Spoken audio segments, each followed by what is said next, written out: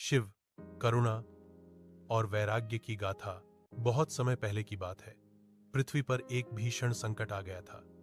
समुद्र मंथन से हलाहल नामक भयंकर विष निकला, जिसकी ज्वाला से तीनों लोक जलने लगे। देवता, दानव, मनुष्य सभी भयभीत होकर त्राही त्राही करने लगे। हर कोई जानता था कि इस विष की अग्नि को शांत करने की शक्ति केवल एक ही सत्ता के पास है, कैलाशपति भगवान शिव। समस्त संसार की रक्षा की पुकार लेकर सभी देवता भगवान शिव के पास पहुंचे। शिव, जो सदैव समाधि में लीन रहते हैं, उन्होंने अपनी आंखें खोलीं और संसार का कष्ट देखा। उनके चेहरे पर किसी भी प्रकार का भय या संकोच नहीं था।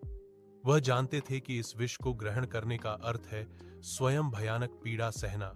फिर भी उन्होंने एक पल भी विलंब नहीं किया। यह घटना शिव के प्रथम गुण असीम करुणा, दया और त्याग को दर्शाती है।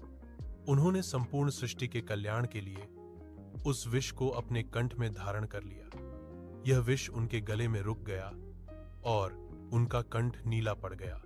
इसीलिए वह नीलकंठ कहलाए।